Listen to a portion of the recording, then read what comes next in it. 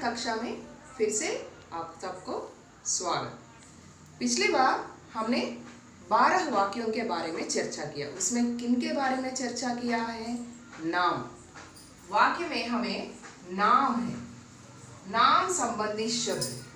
नाम संबंधी शब्द को हम क्या कहते हैं? संज्ञा। क्या कहते हैं? नाम संबंधी शब्द को हम संज्ञा कहते हैं। पर उन वाक्यों में और एक विषय हम देखा है। क्या है? इन नाम के अलावा नाम के बारे में ही बोध कराने वाले अन्य शब्दों का प्रयोग हमने की है ना? वह क्या है? यह, वह, जो, सो, जिसने। इन शब्दों का प्रयोग करते हुए उनसे पहले आए हुए संज्ञा शब्दों के बारे में हमें जाना है। उस प्रकार नाम के बदले में यानी संज्ञा के बदले में आने वाले शब्द होते हैं, यानी नाम है ना, इन सभी नाम के लिए भी हम एक शब्द का प्रयोग करते हैं। उसे कहते हैं सर्वनाम। सर्वनाम नाम के लिए यानी सभी प्रकार के नाम के लिए केवल हम इन्हीं शब्दों का प्रयोग में लाते हैं, इसीलिए इसको कहते हैं सर्वनाम।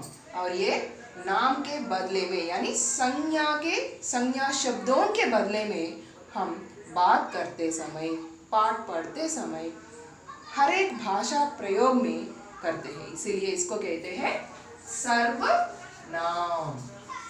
क्या कहते हैं? सर्वनाम कहते हैं। क्या है ये? यह, वह, मैं, हम, तुम, आप, ऐसे। इनको फिर से हम सही रूप से जानने के लिए सर्वनाम के प्रकार के बारे में अब हम जानेंगे। सर्वनाम के कुछ प्रकार होते हैं, भेद होते हैं ना? कितने प्रकार है? 6 प्रकार। कितने? 6 प्रकार। पहला जो है पुरुषवाचक सर्वनाम, दूसरा निश्चयवाचक सर्वनाम, तीसरा अनिश्चयवाचक सर्वनाम, चौथा संबंधवाचक सर्वनाम, पांचवा प्रश्नवाचक सर्वनाम और छठा जो है निजवाचक सर्वनाम। क्यों इतने प्रकार के? अब हम जानेंगे सर्वनाम के भेदों को किस प्रकार पहचाना जाता है। देखिए, कोई भी विषय हम कहते समय बोलने वाला होता है, सुनने वाले होते हैं और दूसरे भी होते हैं, है ना? जो बोलते हैं, जिस विषय को जो बोल रहा है అంటే ఎవరైతే విషయాన్ని చెప్తున్నారు, those are tellers, उसे कहते हैं उत्तम पुरुष। इन इंग्लिश उसे ఫస్ట్ పర్సన్, ప్రథమ పురుషులు। అంటే ఇక్కడ పురుషులు అంటే మగవాళ్ళు ఆడవాళ్ళు అని కాదు। जो कहने वाला है, जो बोलने वाला है, उसे हम कहते हैं उत्तम। उत्तम पुरुष यानी कहने वाला। अगर एक है तो मैं, अगर मैं एक के बदले 2 है, 3 है और बहुत सारा है तो मैं कहता हूँ हम, है ना? मैं, हम। ये जो है उत्तम पुरुष सर्वनाम है। उत्तम पुरुष सर्वनाम है। जब मैं कहती है तो दूसरे लोग सुनते हैं, सुनने वाले हैं। सुनने वाला कौन है? तू, तुम, आप। इन शब्दों का प्रयोग। अगर एक है, मुझसे छोटे हो तो मैं तू शब्द का प्रयोग करता हूँ। मुझसे बराबर या मेरे मित्रों से बात करने के लिए मैं तुम शब्द का प्रयोग करता हूँ। तुम खाते हो, तुम जाते हो, तुम आ रहे हो, ऐसा कहते हैं ना तुम। आप जो है अपने से बड़ों के लिए और आदरणीय यानी रेस्पेक्टफुल पीपल को हम आप शब्द से संबोधन करते हैं। आप बैठिए, आप आइए, ऐसे कहते हैं, है ना? ऐसे जो सुनने वाले हैं, मैं कह रहा हूँ, तुम सुन रहे हो, तो इसीलिए ये मध्यम है, मध्यम बीच में है ना, इसीलिए इसको मध्यम पुरुष कहते हैं। क्या कहते हैं? मध्यम पुरुष। क्या क्या है? तू, तुम, आप, ये मध्य पुरुष वाचक सर्वनाम है। और जब मैं कह रहा हूं, तुम सुन रहे हैं, तो कुछ और लोग भी रहते हैं, उसे कहते हैं अन्य। अन्य है अन्यवाचक सर्वनाम, उसे कहते हैं अन्यवाचक। अन्य यानी दूसरे लोग। यह, वह, ये एक वचन है। अगर एक से ज्यादा है तो ये, वे कहते हैं, ये पुरुषवाचक सर्वनाम है। और इसमें देखिए निश्चयवाचक सर्वनाम, देखिए कहते हैं कि यह घड़ा है, यह घड़ा है, यह आदमी है।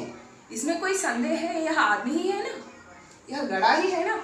यानी निश्चय रूप से ఖచ్చితంగా మనం చెప్తున్నాం ఇది ఇదే, यह औरत है, यह श्याम पट है। నిశ్చయంగా ఖచ్చితంగా చెప్తున్నాం మనం। जब हमारे पास है तो हम यह शब्द का प्रयोग करते हैं, जब हमसे कुछ दूर है तो हम वह शब्द का प्रयोग करते हैं। एक है तो हमारे पास यह, हमसे दूर वह। अगर एक के बदले बहुत है, 2, 3, 4, तो ये कहते हैं ये।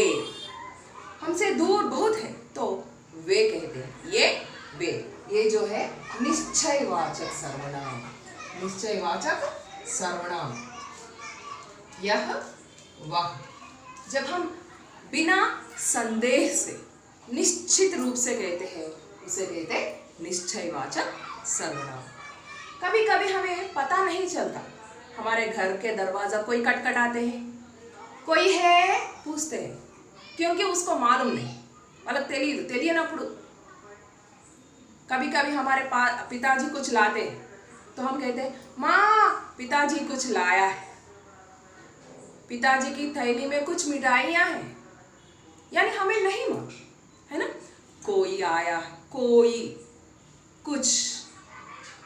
ऐसे शब्द जो है हमें सही सही नहीं बताते, इसीलिए उसे कहते हैं अनिश्चय। It is, we are not confirming that we don't know the particular details, so we are telling that అనిశ్చయ। ఖచ్చితంగా చెప్పలేకపోతున్నాం కానీ చెప్తున్నాం, ఏదో ఒక విధంగా చెప్తున్నాం। అలా చెప్పే సందర్భంలో మనం ఏ పదాలైతే వాడతామో వాటిని అనిశ్చయవాచక सर्वनाम। जैसे देखिए कोई,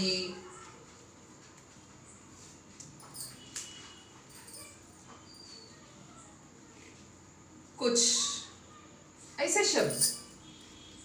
ये संबंधवाचक, संबंध।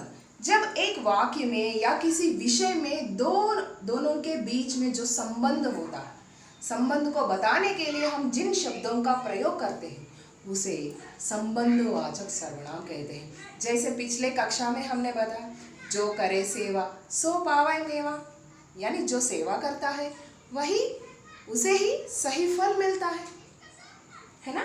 जो, सो, जिसने, उसने, ये अकेला नहीं आता।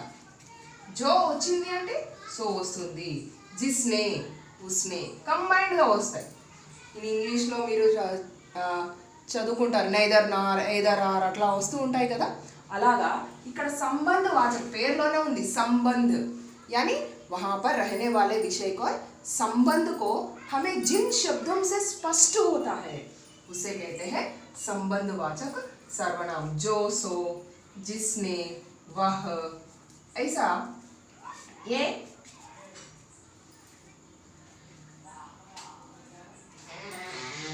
दो जुड़कर आते हैं। और प्रश्नवाचक, ये तो आप बहुत अच्छे जानते हैं। हम कुछ भी नहीं जानते तो हम प्रश्न करने के लिए कुछ शब्दों का प्रयोग करते हैं। क्या, कैसा, किसने, कहाँ, शब्द प्रयोग है। यह क्या है, वह कौन है, इसमें क्या है, क्या, कौन, कहाँ, इन शब्दों का प्रयोग है। जिन शब्दों से हमें प्रश्न का बोध होता है उसे कहते हैं प्रश्नवाचक सर्वनाम। क्या, कौन। और अब आखिरी है निजवाचक। निज यानी अपने आप, निज यानी अपने आप, सेल्फिश। ये तो बहुत सेल्फिश, स्वार्थी है। राम उसका घर गया नहीं कहना है, राम अपना घर गया, తన ఇంటికి, తన పనిని తాను, సెల్ఫ్గా అతడు అతని ఇంటికి వెళ్ళాడు, అతను తన ఇంటికి వెళ్ళాడు కదా। రామ్ అప్నా ఘర్ గయా. రాని రామ్ ఎవరింటికి వెళ్ళాడు? రామ్ వాళ్ళ ఇంటికే వెళ్ళాడు. వాళ్ళ ఇంటికే వెళ్ళాడు అని చెప్పడానికి మనం ఇక్కడ రామ్ కా ఘర్ గయా అనకూడదు. ఇక్కడ ఏమంటున్నాం? రామ్ అప్నా ఘర్ గయా. వహ్ అప్నీ పుస్తక్ మే పढ़ रहा है. అలా మనము సెల్ఫిష్నెస్ చెప్తాం. अपने आप अपना शब्द का प्रयोग ही होता है. अपना अंटामु, अपने आप